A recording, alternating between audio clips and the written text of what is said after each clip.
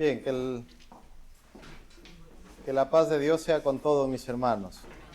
Yo quiero entregar los saludos de mi esposa a mis hijos, se acuerdan siempre de Barcelona. Y creo que algunos los conocen también, ¿no? Y quiero llevar los saludos de ustedes también para los hermanos, ¿no? Para Madrid y al lugar que vaya, ¿no? Esta mañana tenemos un tema interesante que venimos hablando acerca de la familia. Y aquí el tema para hoy es desafíos para la vida. Y yo quiero que no sea solo el que hable, porque esta es una lectura que todos le hemos mirado. Yo quiero preguntar a los jóvenes, ¿qué es un desafío? ¿Qué es un desafío? Porque hablamos de esto, pero ¿qué es realmente, no? Una circunstancia en la que se nos pone la adversidad, una circunstancia en la que mantiene una dificultad para realizar, concluir o hacer algo. Diría que sería un desafío algo así, dependiendo en qué ámbito se nos relaciona. Ok, ¿alguien más quiere dar alguna opinión respecto a un desafío? Desafío es un reto.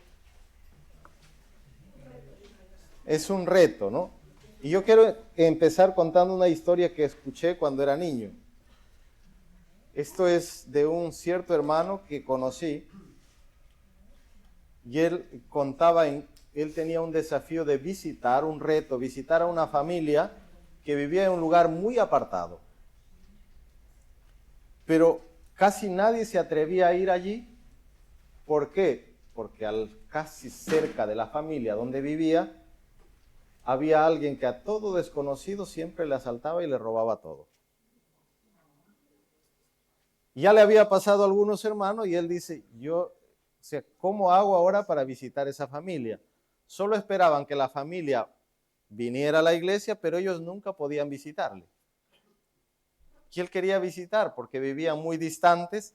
Hay lugares donde se camina mucho para llegar a una iglesia. Afortunadamente aquí tenemos medio de transporte, pero hay lugares donde se camina 2 horas, 3 horas para llegar a una iglesia y en otros lugares un poco más. Y la familia vive solas y aisladas en un determinado lugar.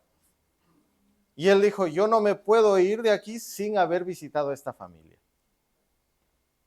Para él era un desafío, era un reto llegar allí. ¿Y ahora cómo hago?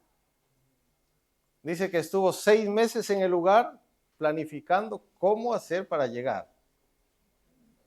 A cada uno de los que le habían ocurrido esto, los vecinos que comentaban que le asaltaba, él preguntaba, ¿cómo ha sido, no? ¿Cómo te asaltaron? Parece que estaba haciendo un trabajo de investigación. Y todos contaban la misma versión. Él llegó a la conclusión que pasando una cierta montaña había una parte un poco solitaria y una roca alta, que allí había un señor sentado y observaba a lo lejos los que pasaban. Entonces él esperaba ya para interceptarlo cuando pasaran por allí. Y dice, cuando él recopiló esta información, dice, ¿y ahora qué hago? Y recuerdo la historia, él dice que dijo, voy a ir. Dice, yo preparé una bolsa de naranjas, porque él dice, pensé que allí con el calor necesitaba hidratarse el hombre, ¿no? Yo pensé en él, no pensé tanto en mí, ¿no? En el asaltante. Tomé la bolsa de naranjas y me fui. Claro, había orado, pedí al Señor que me diera sabiduría. Cuando llegué a la parte que todos me explicaban de la montaña, en vez de ir por el camino, cogí un poco por el medio del bosque. Me tardé un poco más. Dice, mi camino fue más largo. Y cuando ya había avanzado la montaña, el hombre no me vio. Fui solo, intenté no llevar porque siempre me acompañaba mi esposa. Dice, pero no quise exponerle. Preferí ir solo. Y había rodeado la parte de tal manera que al llegar a la parte alta de la roca, mientras él observaba hacia abajo, yo ya estaba por la parte de atrás. Pero el reto no era solo pasar a visitar a la familia, sino que tenía que hablarle a este hombre también. Entonces dice, cuando estaba en la parte de atrás de la roca, yo me acerco muy despacio y cuando estaba ya a unos metros, 2 metros, Le hablo con una voz como fuerte, ¿no? Como con autoridad. Cuando le hablé, el hombre regresa y estaba él sorprendido. Ahora era él el sorprendido y no yo. Y le dice, mira, he venido para traerte esto, ¿no? Yo creo que tienes calor y esto te va a ir muy bien. Toma, aquí tienes, ¿no? Y empecé a dialogar y dentro de ese diálogo ya empecé a hablarle que yo era cristiano, que venía a visitar y todo, ¿no? Y empecé a estudiar con aquel ladrón la Biblia. El desafío, el reto, dice, no era tanto, era más el miedo a llegar que la estrategia que preparar.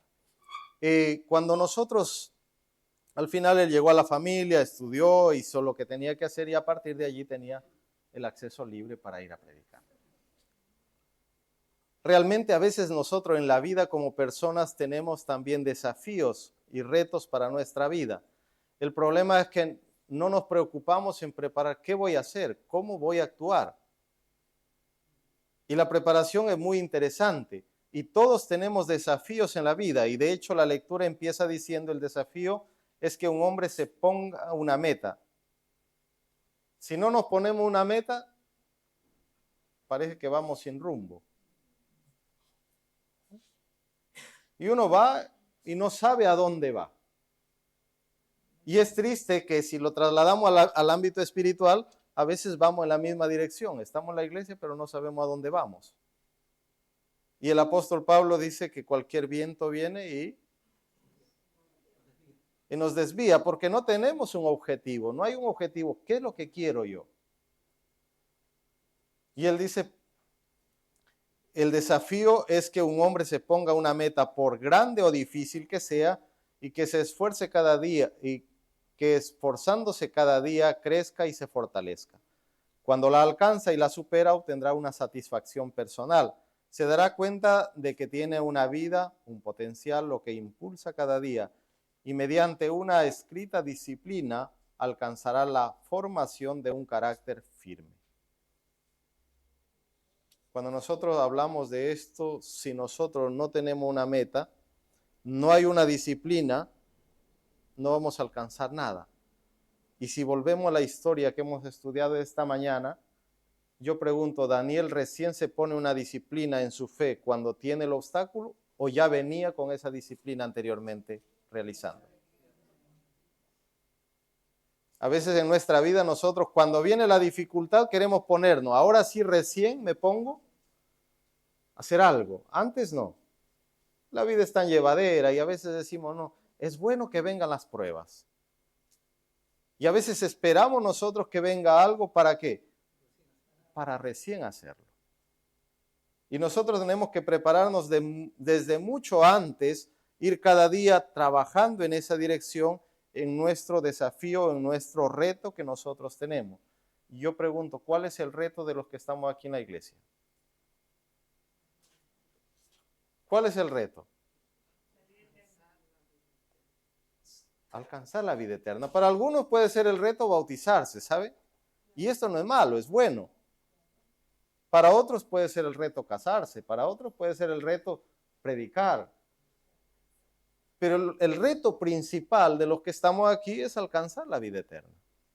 Pero para alcanzar esto tiene que haber una disciplina, un trabajo constante, porque nada es gratis. Todo se trabaja. Si bien es cierto, la salvación está puesta allí para todos, pero nosotros tenemos que dar unos pasos. Y por eso el apóstol Pablo dice, hermanos, yo mismo no pretendo haberlo alcanzado, pero una cosa hago, olvidando ciertamente lo que queda atrás y extendiéndome lo que está delante. Prosigo la meta. Él mismo dice, yo estoy haciendo esto al premio del supremo llamamiento de Jesucristo. El llegar a la vida eterna es el premio. Pero nosotros tenemos que seguir unos parámetros. Y él está diciendo esto. Pablo abarca toda su vida pasada. Ahora se refiere a su condición actual sin pretender haber llegado a un estado de absoluta perfección. Continúa en el proceso de su salvación. Fijaba los ojos en la meta de la vida eterna y de una herencia en el mundo de más allá. Una clara visión de esta meta estimula al cristiano para que fiel y gozosamente corra la carrera que tiene por delante. Mis queridos hermanos, todos tenemos un objetivo, todos tenemos una meta, todos tenemos que correr. Aquí nadie puede decir me quedo estancado, me quedo allí. Porque ¿qué pasa cuando nos quedamos allí estancados? Si yo me quedo un mes sentado en esta silla, ¿qué va a ocurrir? Se atrofia. El día que me quiero parar, ¿qué va a pasar? El cuerpo no reacciona, no me responde. Yo quiero hacer algo, pero no hay fuerza. Entonces, esto es lo que nosotros tenemos que hacer: correr, caminar, dar pasos cada día. Si bien es cierto, el bautismo es una meta, sí, pero eso no queda allí, continúa. Mi fe tiene que seguir creciendo. Mi objetivo, que es Jesús, al final tiene que seguir. Y allí lo que decía el texto de la mañana que el hermano leyó a la introducción del sábado, que en ese caminar va a ocurrir, ¿qué va a encontrar? Ríos, vas a encontrar fuego, vas a encontrar circunstancias adversas, pero nada de esto te va a detener. ¿Por qué? Porque mi objetivo está más allá. Y cuando nuestro objetivo es así, Pablo dice, yo prosigo la meta, hasta llegar a alcanzar la vida eterna. El crecimiento personal. ¿Cuándo nosotros crecemos personalmente?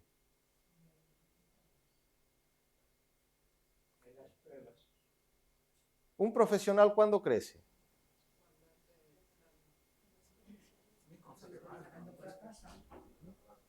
Cuando vas superando pequeños desafíos que lo hacen mejorar poco a poco cada vez más. Muy bien, va superando, va creciendo, se va educando, va preparándose. ¿Y el cristiano cuándo crece?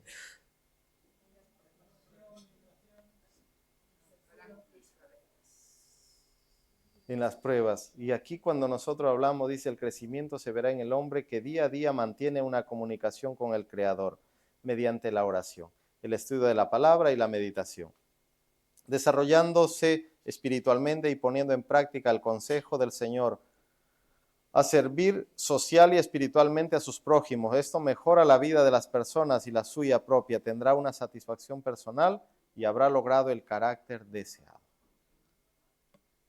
Yo he mirado aquí, habla mucho del carácter. ¿Qué es el carácter?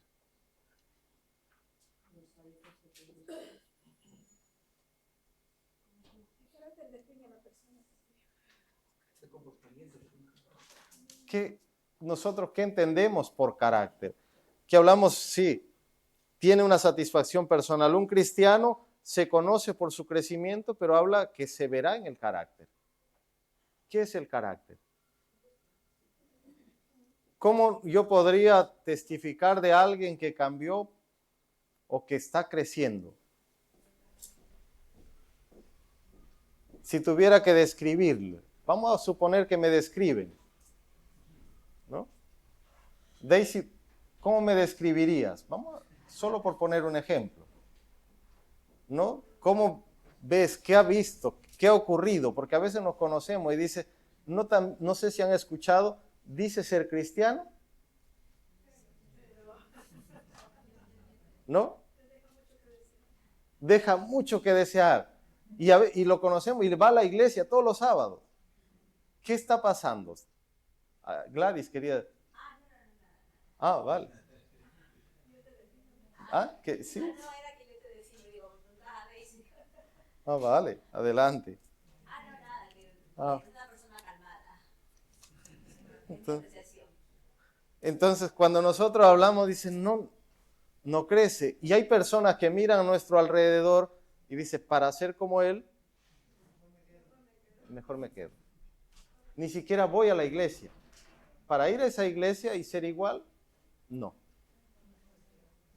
¿Qué no está formando esa persona que vino a la iglesia?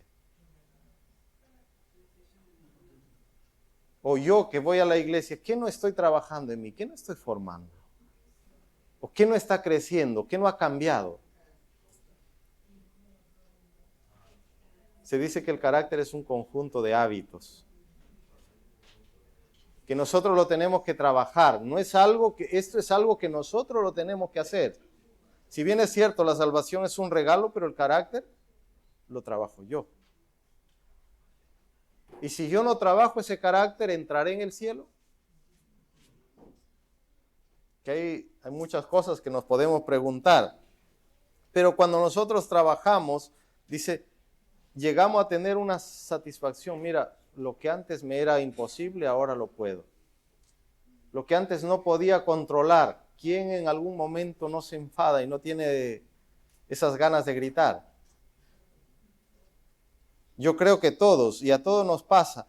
Y a veces es más fácil gritar que controlar esa situación. Y pensamos, bueno, yo soy cristiano y lo tengo que decir. Pero hay maneras de decir. Jesús siempre dijo la verdad, pero con amor. Y nosotros tenemos que trabajar ese carácter. Y ahí dice, al igual que el apóstol Pablo, todo varón, joven, hombre, adulto mayor, necesita desarrollar un desarrollo personal. Y esto se logra poniendo a prueba nuestras habilidades, enfrentando los retos que nos permiten alcanzar un carácter que testifique que tenemos comunión con Jesús. ¿Cómo testifico yo que tengo comunión con Jesús si a cada momento estoy eufórico, gritando, hablando duro? Y no con esto no digo que hablemos fuerte. Una cosa es hablar fuerte y otra cosa es hablar con dureza. Y ahí lo que dice, ¿no? Tenemos que reflejar que tenemos una comunión con Jesús. ¿Y cómo trató Jesús a la humanidad? ¿Encuentran alguna vez que fue a alguien que estaba necesitando algo, necesitaba de ayuda y le dijo, mira, por pecador así estás? Mereces lo que te está pasando. Pero ¿cuántas veces hemos hecho nosotros eso? Vemos a alguien que ha caído, ¿qué dices? Mira, seguramente algo ha hecho. Y nos ponemos en el lugar como aquello dice, ¿se acuerdan aquel que trajeron a Jesús y los demás pensaron, ¿quién pecó? ¿Él o sus padres? A veces nosotros estamos en ese mismo terreno, mirando, mira, seguro algo pasó, algo hizo. Y nos ponemos en ese lugar. ¿Será que así reflejamos a Jesús? Y en estas conferencias venimos hablando más de los hombres. Si nosotros lo llevamos al ámbito familiar, ¿será que tratando con dureza a la esposa y a los hijos reflejamos a Jesús? Es como para hacernos muchas preguntas. A menudo los hombres se sienten tentados a vacilar ante las perplejidades y obstáculos que los confrontan. Pero si tan solo mantienen firme hasta el fin el principio de su confianza, Dios les despejará el camino, tendrá éxito a luchar contra las dificultades. Hermano, conságrate a Dios en primer lugar. La hermana mencionaba en la mañana en la lección que a veces esta parte es lo último que hacemos. Nos levantamos, nos preocupamos del desayuno, nos preocupamos del famoso WhatsApp, del TikTok, el que maneja, de todas las redes sociales, y después, ahora cuando voy a salir, ahora sí voy a orar. Y ni siquiera oramos como tener una relación estrecha con alguien. A veces son 5 palabras en la puerta y ya está. Y me voy. Y el consejo es conságrate a Dios en primer lugar. Esto es nuestra primera obra del día que tenemos que hacer. Pero si nosotros no nos consagramos, ¿cómo realmente vamos a cambiar el carácter? ¿Será que cambia? Nunca va a cambiar, no vamos a cambiar. Y él dice, Él te librará de cualquier trauma de tu pasado que impida en la juventud hacer un plan para el futuro. Deberías comenzar por enfrentarte a las dificultades de la vida, no rehuyendo al deber. Como hijo, como hermano, las dificultades juveniles son más sencillas de resolver que las de un hombre casado. Cuando uno crece en edad, también los desafíos crecen y debemos enfrentarlos. No temas ni te intimides. Debes crecer cada día de la mano del Señor. A medida que nosotros crecemos, pensamos que parece que yo puedo resolver. ¿Saben el gran problema de cuando nosotros somos niños? Queremos ser jóvenes. Y cuando somos jóvenes queremos ser adultos, no nos conformamos. Pero cuando somos adultos nos damos cuenta que los problemas son mayores. Si antes teníamos problemas, un joven, ¿cuál es la preocupación? ¿De qué te preocupas? Jessica, ¿cuál es tu preocupación ahora mismo? salir de la universidad. Y ahora pregunto, hermana Rosario, ¿ahora cuál es tu preocupación? Ya saliste de la universidad. La responsabilidad que uno tiene de todo lo que aprendiste en la universidad. Llevarlo a la práctica.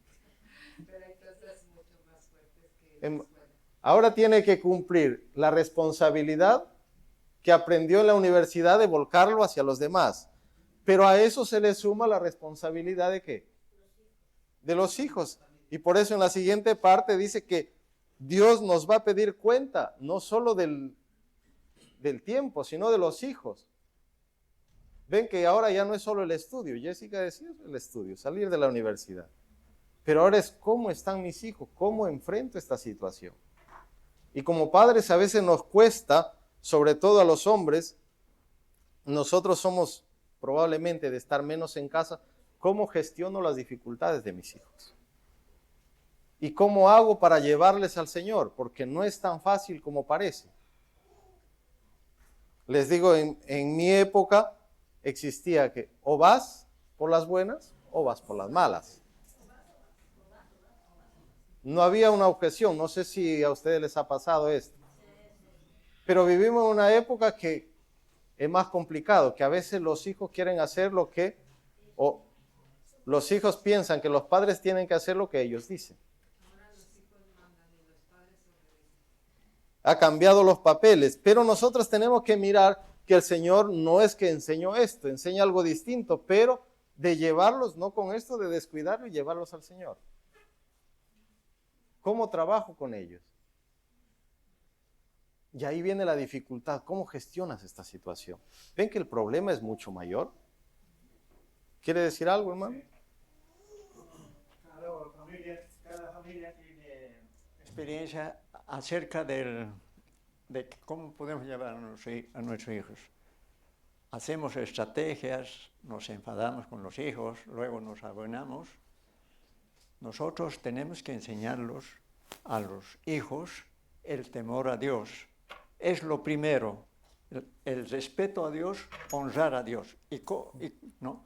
Entonces, cuando tenemos una experiencia, digamos, estamos hablando cosas materiales en casa, y digo, hay que saber ese momento, unos 10 segundos, respirar fuerte. ¿Qué estoy haciendo?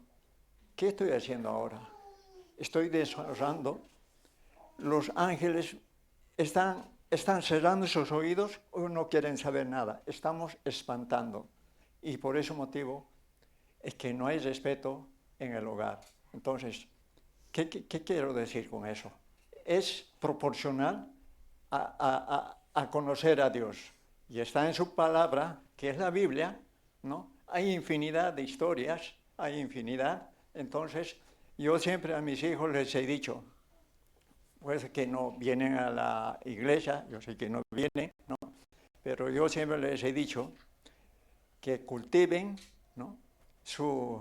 Que adoren al Señor, ¿no? Que adoren, que lo respeten y que no le hagan quedar mal, ¿no? Y en el momento que tengan dificultades también ellos puedan pedir, ¿no? Puedan pedir. Y bueno, puedo seguir y seguir eso. Gracias, mi hermano. Aquí te dice que tenemos una responsabilidad porque son una herencia que el Señor nos ha dado. Y a veces, saben, la herencia puede ser muy buena, pero si está mal cuidada, eso no dura mucho. Grandes hombres han hecho fortunas y los hijos lo han desaparecido. Cuando nosotros vamos a la herencia que Dios nos ha dado, ¿qué estamos haciendo con ellos? ¿Cómo lo estamos tratando? Y les digo con sinceridad, fácil no es. Los jóvenes probablemente no entiendan mucho esto, pero algún día entenderán desde el plano de vista como padres. Y no es fácil, podemos utilizar la fuerza, podemos hacer cosas. Y yo les comento algo, hace un tiempo atrás estamos hablando como de costumbre, era un domingo en casa. Saben, los domingos por lo general cocinamos juntos, ¿no? Nos ponemos los 4 a hacer cosas, ¿no? Es un día que podemos hacerlo cuando estoy, obviamente, Y nos ponemos a cocinar y sale mi hijo el mayor y dice, ¿qué pasaría si yo digo que no quiero ir a la iglesia? ¿Sabe? Tú estás con el cuchillo allí. Como... A mí nunca se me ocurrió preguntar a mi madre, porque yo sabía que si le decía eso, decía, tú tranquilo, que yo sé cómo vas a ir. Y él sale, ¿qué pasaría si yo digo que no quiero ir a la iglesia? ¿Qué haríais vosotros? ¿Saben? Preguntarle por qué él tiene sus razones. Y claro, ahora empezó el diálogo, ¿no? Seguíamos, intentamos disimular como que nada pasa, pero tratar el tema, ¿no? Mientras cocinamos, seguir hablando. Al final, pues, le dijimos, mira, nosotros no te obligaríamos, porque al cielo nadie va a llegar obligado, ni tú. Pero hay algo que te vas a perder, no nosotros, tú, porque ahora tú estás tomando esa decisión. Y ha llegado un momento que tú tienes que tomar tus decisiones, que nos va a doler, seguro, pero lo tenemos que respetar. Aunque en el fondo yo estaba, pero estás en mi casa y aquí se hace lo que yo digo. ¿No? Porque uno piensa eso. Pero puede hacerlo. La idea era no decirle directamente, ve obligado mientras estés. En otras palabras, les doy el mensaje. Mientras estás en mi casa, tú vas a ser cristiano. El día que salgas, puedes hacer lo que quieras. Y la idea no era esa, era transmitirle que esté en casa o esté fuera, que él siga creyendo en Dios. ¿Sabe? Y yo miraba a mi esposa, y ustedes la conocen, de decirle algunas cosas, y yo le miro, y ella también se quedó como fría, ¿no? ante la situación. Y al final, cuando vio que la cosa iba encaminada, y ella dijo, sí, mira, nosotros de verdad, aunque tú me veas con un carácter fuerte, pero en esto no voy a entrar. Esta es tu decisión. Ya tienes 20 años, y creo que es momento que tú pienses lo que quieres hacer.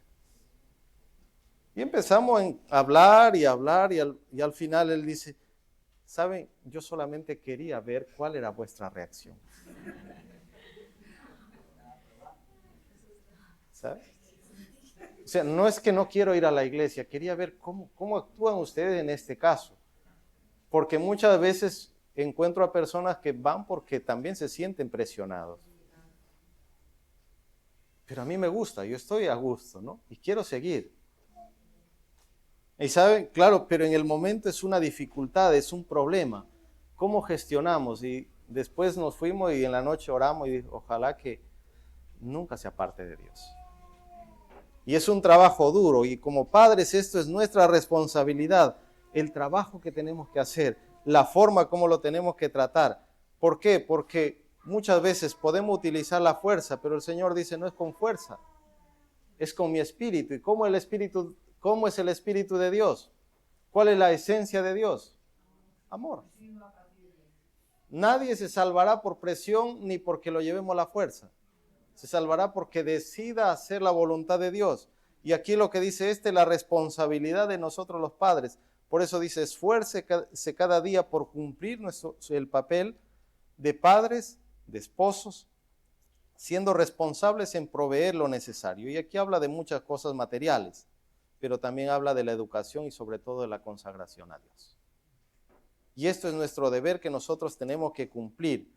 ¿Saben? Cuando nosotros hacemos este trabajo y lo educamos, no con esto digo que toda la vida serán personas fieles, entregadas al Señor, pero lo más probable es que sigan el camino que Dios ha establecido.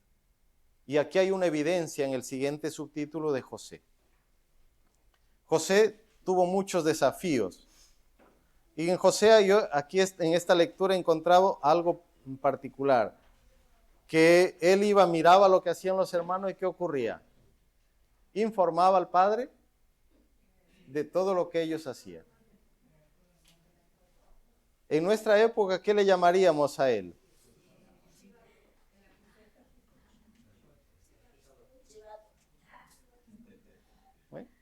pero realmente era un chivato, como dijo alguien por allí. A veces nosotros confundimos el decir la verdad con chivato. Él estaba diciendo, o sea, siendo fiel en lo que él veía. Esto es lo que hay. A veces nosotros maquillamos las cosas y contamos de otra manera. Y él estaba aprendiendo algo que tenía que ser íntegro. Tal como era, así lo transcribía. Y nosotros a veces pensamos en cambiar, ¿no? Si le adorno un poquito, va a cambiar la situación. Y saben, en vez de crear algo bueno, estamos creando algo malo para nuestro futuro. Y él estaba dentro de todo esto, en la nota dice, que él amaba y temía a Dios, deseaba que sus hermanos hicieran lo mismo, pero ellos despreciaban a Jehová y odiaban a José. Y luego habla de todo el desarrollo cuando él se fue, le informaba a sus padres y a los hermanos, como estaban haciendo algo malo, no les gustaba que el padre supiera. A veces no es el problema del que dice, sino del que está actuando, del que está haciendo algo. Y ahí ellos prepararon algo para arrojarlo en una cisterna. ¿Cuál era la intención? Que muriera. Mira, este es un problema. Y esto también va a ocurrir. Dentro de un hogar puede ocurrir lo mismo. A veces no queremos ver, y he escuchado incluso a hijos decir a los padres, ojalá te mueras. Y ojalá esto nunca salga de nuestros labios, pero esto ocurre. Ojalá mueras. Estoy cansado. Y no solo de hijos a padres, también de padres a hijos. ¿Por qué? Porque el amor, el Señor no está en ese hogar y esto ocurre. Pero a veces no solo está en los hogares de fuera, está en nuestros hogares. Dentro de nosotros que somos cristianos. Y al final encontraron, ellos quisieron matarlo, pero afortunadamente Dios tenía un plan. Mis queridos jóvenes, si nosotros o ustedes como jóvenes son leales a Dios, Dios tendrá un plan con ustedes. Si no somos leales a Dios e íntegros, Dios no hará planes con ustedes. Y también con nosotros los adultos, pero aquí habla de José como joven. Él deseó ser fiel a Dios y Dios ya tenía el plan. Mientras ellos pensaban que iba a morir, Dios dice, no va a morir. Cuando todos se den por algo que tú no puedes más, recuerda que si eres leal a Dios, Dios tendrá un plan y Él te va a sacar. No importa cuán profunda sea la cisterna. De allí el Señor va a sacar. Y ahí encontramos que pasaban de camino a Egipto unos mercaderes y ¿qué hicieron? Vamos a venderlo. Y ellos lo vendieron enseguida. ¿Qué ocurría en la vida de José? Era aborrecido por sus hermanos. Queridos hermanos, la persona que es íntegra siempre va a tener obstáculos. Enemigos. Y esto no es ajeno solamente a lo que ocurre fuera, también que ocurre dentro. Porque a veces nosotros, sí, no, es que allí son así. Pero este mensaje es para nosotros, porque todos eran hijos del mismo Padre, todos sabían del mismo Dios. Pero ¿por qué aborrecían a alguien? Y esta era la situación que estaba pasando. Estaba él siendo aborrecido por sus hermanos. ¿Por qué? Porque era fiel a Dios. Pero Dios tenía una protección especial por la integridad. Dios lo tenía bajo su cuidado. Que al llegar a Egipto, el capitán de la guardia, Faraón, lo compró a José. Se le compró. Aquel joven esclavo fue fiel porque así lo había decidido. Él decidió ser fiel y leal a Dios. Y en una parte incluso dice, cuando estaba en las colinas y miró hacia atrás lo que dejaba, él sabía que prácticamente su vida allí en ese lugar estaba terminando. Pero él no decidió tener rencor incluso a aquellos hermanos lo que habían hecho con él. Si algún día puedo, me voy a vengar. Y a veces esto ocurre. Esta me lo has hecho, me la pagas. Y a veces nos decimos ser cristianos y pensamos que tenemos que cobrarnos las deudas. Ese fue íntegro con Dios. Y cuando hay una integridad con Dios no hay rencor. No ocurre esto. Pero tristemente ocurre. Yo he encontrado y veo en algunas circunstancias hermanos con años, con rencores que no se hablan entre hermanos. Van a la misma iglesia, pero intentan feliz sábado y se van, ¿no? Y a veces uno se pregunta, ¿será que en esa situación llegaremos realmente a tener la vida eterna? ¿Será que Dios tiene un plan también para estas personas? Entonces tenemos que cambiar nuestra actitud. José no tenía esto. Él era aborrecido, pero él fue allí y dijo, mira, me han vendido, yo seré fiel a Dios. No menciona la sierva de Dios que él dijo, bueno, mis hermanos me han hecho esto y las consecuencias lo van a pagar. Él dijo, yo voy a ser fiel a Dios. ¿Qué digo con esto, mis queridos jóvenes, queridos hermanos? Nosotros, no importa la situación, en nuestra fidelidad, nuestra integridad, en nuestra lealtad es para con Dios. Los demás van a querer entorpecer el camino, siempre ha ocurrido, pero si nosotros tenemos un reto y una meta, tenemos que tirar hacia allí. Luego, estando allí, dice que la esposa de Potifar quiso llevarle a cometer algo indebido. Y aquí habla de fornicar, y él, como había prometido ser íntegro a Dios, ¿qué ocurrió? Una persona íntegra, ¿esto puede ocurrir? No.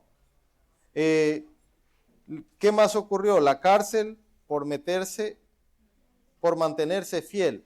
Es decir, para los fieles también hay obstáculos. No crean que por el hecho que yo soy fiel, a mí no me va a pasar nada. A veces también nos montamos la película y dicen, no, yo como soy correcto, no me va a pasar nada. Y por eso el día que nos pasa algo, ¿por qué a mí, Señor, si yo te fui tan íntegro? Y el Señor permite que pasemos por los ríos y por el fuego. Y luego encontramos que como Dios tenía un plan, Dios, aquí dice la interpretación del sueño al copero y al panadero. Después Dios le presenta ante el faraón y aquí dice, formó un carácter maduro y perdonó a sus hermanos sin guardar resentimientos. Y él, cuando se encuentra con ellos, le dice, yo soy José vuestro hermano, el que vendisteis a Egipto. Ahora pues no os entristezcáis, ¿para qué? Que para preservación de la vida me envió Dios delante de vosotros. Jehová estaba preparando el plan, ¿para qué? Para salvar a los demás por intermedio de José. ¿Cuántos planes tendrá el Señor para con nosotros? ¿Qué está preparando? Preguntémonos qué quiere el Señor de mí, qué planes tiene para conmigo, pero siempre y cuando nosotros decidamos mantenernos fieles y leales a Dios. Metas en la vida. El que desea lograr verdadero éxito en la vida debe mantenerse constantemente en vista de esa meta digna de su esfuerzo. Una vida sin metas es una muerte viviente, dice la Rivion Herald.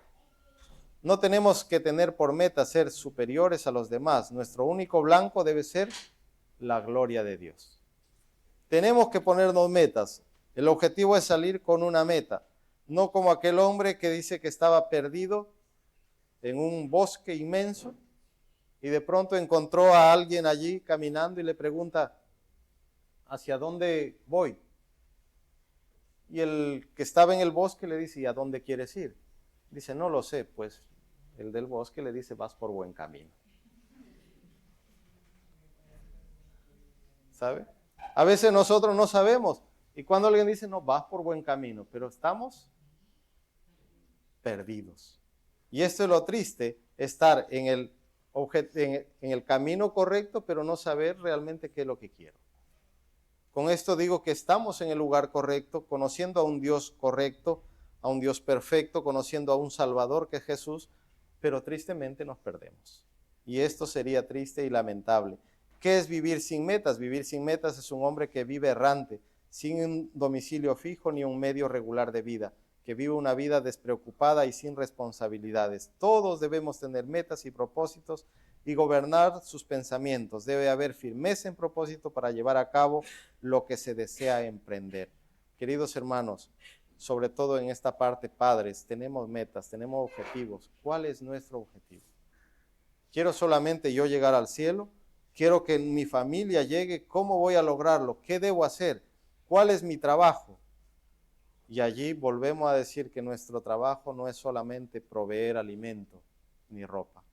Va mucho más allá, proveer conocimiento espiritual. Pero a veces necesitamos prepararnos como padres, necesitamos ser cabezas para poder educar. A veces no podemos responder las inquietudes de los hijos. Y entiendo en ámbitos de tecnología y cosas, ellos van mucho más allá. Pero en cuanto a la palabra de Dios tampoco podemos responderle. Y nos preguntan algo, bueno, ya preguntaré. Y es bueno prepararnos cada día, y esto nos compete a nosotros. Pablo, él no se cansaba, él seguía como ejemplo. Entonces, todo lo demás que encontramos, ellos estaban preparados, pero nosotros a veces no estamos preparados. Y luego tenemos la parte del hijo pródigo. En esta parte, yo voy a resumirlo, él está en una situación vagabundo, perdido, errante, y él allí se da cuenta, dice, ¿cuántos jornaleros en la casa de mi padre tienen abundancia de pan? Y yo aquí muriéndome o pereciendo de hambre. Con esto quiero decir, ¿cuántos de nosotros también nos hemos ido un día lejos del seno del Padre? Y podemos estar sentados en la iglesia, pero te haces un análisis o nos hacemos un análisis y dices, esto no fui yo, esta persona no fui yo. Era otro. Tenía antes amor, entrega. Para mí el hacer la voluntad del Padre era natural. Pero ahora me cuesta ir a la iglesia, me cuesta levantarme, me cuesta tomar una decisión. Antes eso no me pesaba. Y a veces solo miramos al hijo pródigo que fue el dinero y lo gastó. Pero a veces cuántos hemos desperdiciado las bendiciones que Dios nos ha dado. Y estamos lejos allí, pensando que estamos haciendo lo correcto. Ya no hay ese deseo, mira, voy a hacerlo. Y recuerda aquella juventud pasada, si conociste de mayor el evangelio, aquellos primeros momentos cuando decías, me voy a la iglesia, te alistabas, te arreglabas tempranito y estaba en la iglesia. Pero ha pasado el tiempo y ¿qué ocurre? Bueno, ya me esperarán los hermanos.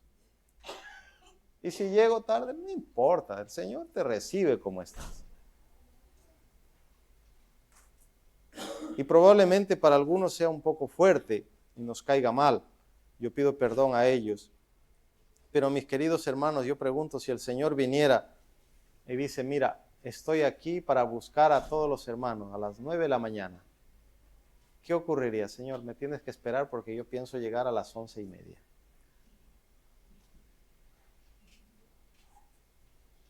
Y somos un hijo pródigo que estamos por allí. Este también es un llamado a volver. Hagámoslo, no porque la iglesia me vea, esto no es relevante, no porque los hermanos me vean, es porque yo quiero mantener mi relación ¿con quién? Con el Señor. Porque nosotros como humanos, aunque veamos lo que veamos, téngalo por seguro que no vamos a salvar a nadie. Ni a nuestros hijos. Había una lección que decía, aun si Daniel, Elías, ¿se acuerdan el otro personaje? Moisés, bajaran, ¿salvarían a alguien? A nadie. Entonces no lo hagamos porque los demás digan ni porque pensemos, hagámoslo porque nosotros queremos nuestra salvación. Luego también hay otra parte, él vuelve a casa, el Padre, si bien es cierto, nos recibe y le da aquel abrazo, actúa como buen Padre. Y eso es lo que es el Señor. Cuando nosotros volvemos, no pienses mi falta es demasiado grande. Él siempre estará dispuesto a recibirnos cuando nosotros volvamos a casa, pero no nos quedemos allí.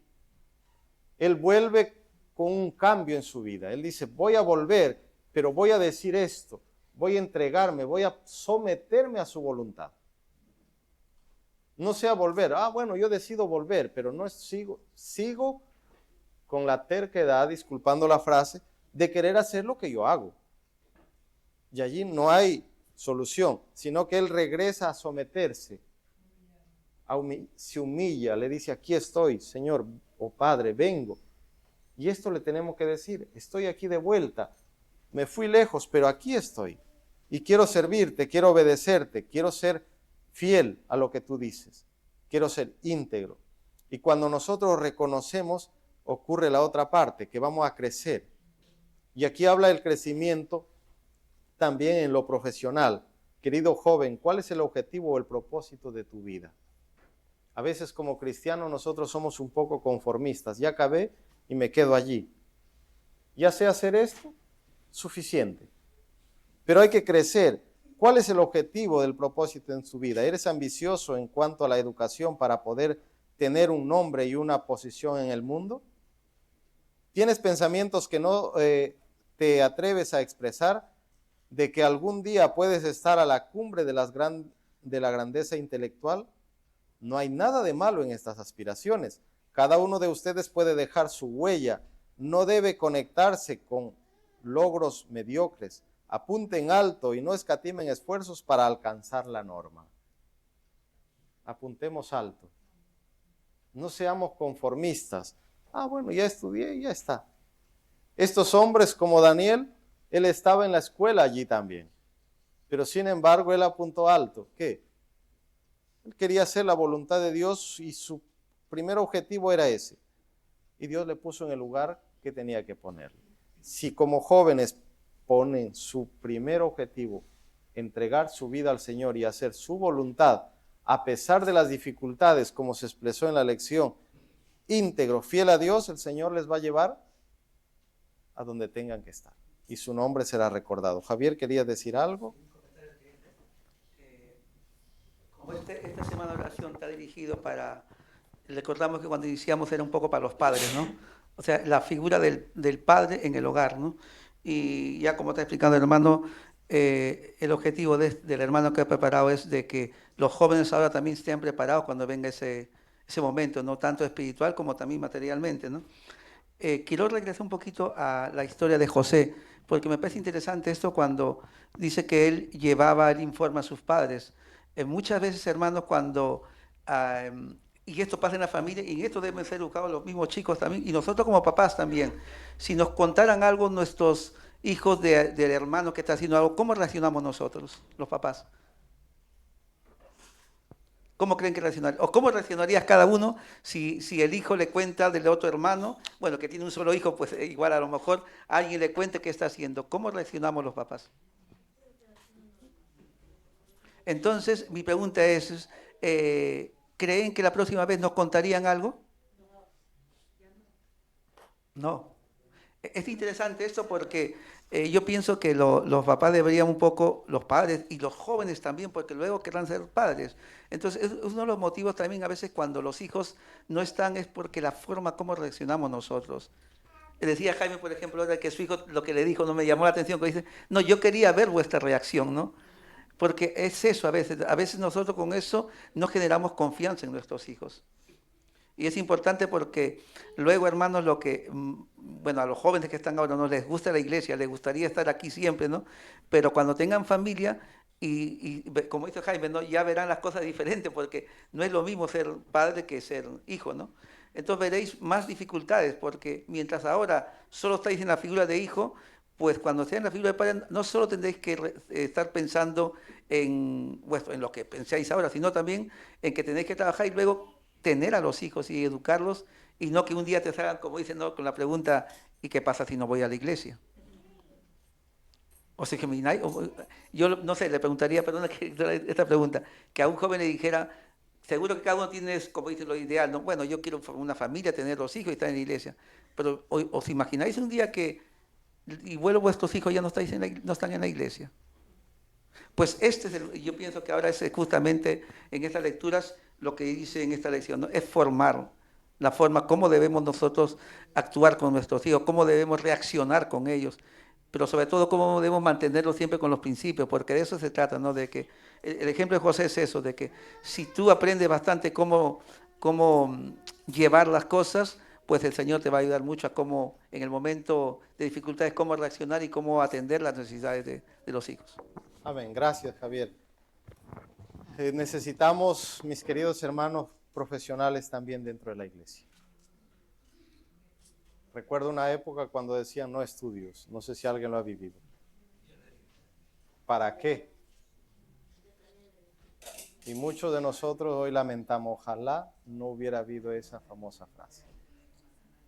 Pero no podemos volver el pasado, pero sí podemos enmendar los errores. Y aquí él cuenta una historia de alguien que quería estudiar y no sabía, pregunta, mejor dejo y voy a colportar. Y él dice, no, no dejes, al cual termina diciendo que no dejó y hoy por hoy es un profesional y trabaja como contable en la unión donde Él vive. O sea, necesitamos profesionales, necesitamos personas de estas para estar dentro. Por lo tanto, si tú tienes un objetivo de hacer una carrera, hazlo. Estudia. Yo siempre digo, pero esfuérzate en ser el mejor. Porque el pueblo de Dios es cabeza y no cola. A veces nos conformamos, bueno, voy a medias. Intentemos, esforcémonos de alcanzar ser los mejores. ¿Y qué más dice la disciplina del cristiano? La Biblia proporciona al verdadero buscador una disciplina mental elevada y él sale de la contemplación de las cosas divinas con sus facultades enriquecidas, con el yo humillado, mientras que Dios y su verdad reveladas son exaltados. Este es el objetivo, humillarnos nosotros y que Dios sea exaltado. Que vean reflejado a Jesús en nuestras vidas. Si estás en la universidad, que vean que eres diferente. Si estás en el hogar, que vean que eres un padre temeroso de Dios. Y estemos donde estemos, esto es lo que tenemos que reflejar, no nuestro orgullo, porque a veces es lo primero que mostramos. ¿Quién soy? Lo que alcancé. Y esto no es relevante. Tú puedes llegar a ser el mejor especialista, el mejor cirujano, pero esto no te hace persona. Y a veces queremos ser identificados por lo que somos, por lo que hemos logrado, no por lo que somos. Y pasa, yo hace unos días llamaba a alguien, pregunto por una persona, dice, por la doctora tal. Digo, bueno. Y volví a preguntar por el nombre. Me volvieron a repetir. Y dice, y está bien que seas un profesional, que ustedes lleguen jóvenes a ser grandes, pero nunca dejemos de ser sencillos porque nosotros seguimos siendo personas. Y somos hermanos, y a un hermano no le tratas usted. Imaginémonos a Javier tratándole a Oscar, ¿no? Están aquí. ¿Sabe? Entre hermanos. Sí. Señor, usted, líder de multimedia. ¿Cómo se vería Oscar? Qué raro, ¿no? Chocante. Puede que el orgullo, mira, soy alguien. Pero nosotros somos hermanos y por lo tanto si llega a ser alguien, alabado sea Dios, pero ser humilde, este soy yo. Estoy para servir y se ve bonito, ¿no? Llegar a alguien, un profesional de renombre y le tratas como a cualquier persona, hola. Y él también te trata así. Y dice, vaya confianza, ¿cómo pueden tratarse así? Pero somos hermanos, ¿o no? Y a veces nosotros también hacemos parte de la diferencia. Esa persona es tal. No, seguiremos siendo los mismos. Si llegas arriba, pues a tener alguna responsabilidad, con eso no eres superior a nadie. Sigues siendo uno más. Eres mi hermano y somos hermanos. El Señor tiene que ser exaltado, no la persona. ¿Cuánto entrega, cuánta devoción hay por lo que hace esta persona? Es un cristiano.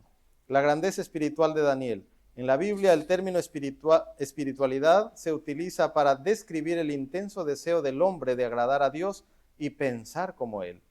El hombre espiritual se esfuerza por vivir conforme a las normas de Dios y seguir la guía de su Espíritu Santo. Sed pues imitadores de Dios como hijos amados, dice Pablo. Tenga un tiempo definido para orar. Por lo menos menciona 3 veces al día. Daniel oraba a Dios por la mañana, al mediodía y por la noche, ignorando el decreto real, y terminó en el foso de los leones. ¿Qué coincidencia? El tema viene hablando de lo mismo. No se avergonzó ni titubeó de orar. No se avergonzó ni tuvo miedo de orar. ¿Acaso Dios se olvidó de su siervo fiel cuando fue arrojado en el foso de los leones? ¿O no? Estuvo con él allí durante toda la noche, cerró la boca de los leones hambrientos y no pudieron hacer daño al hombre dedicado a Dios. El espíritu de paz es prueba de su conexión con el cielo. El suave perfume de Cristo lo rodea. La gracia de Cristo en el corazón siempre proveerá la vida espiritual. Pablo, José y Daniel han dejado un ejemplo de fidelidad. Enfrentaron los desafíos de la vida con valentía y la corona de justicia les está reservada.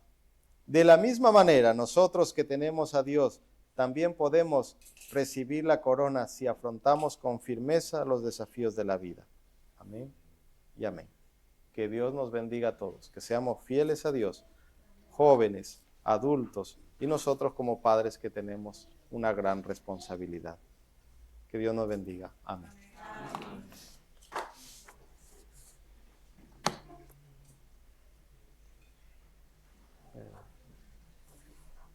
Mientras el hermano Vittorio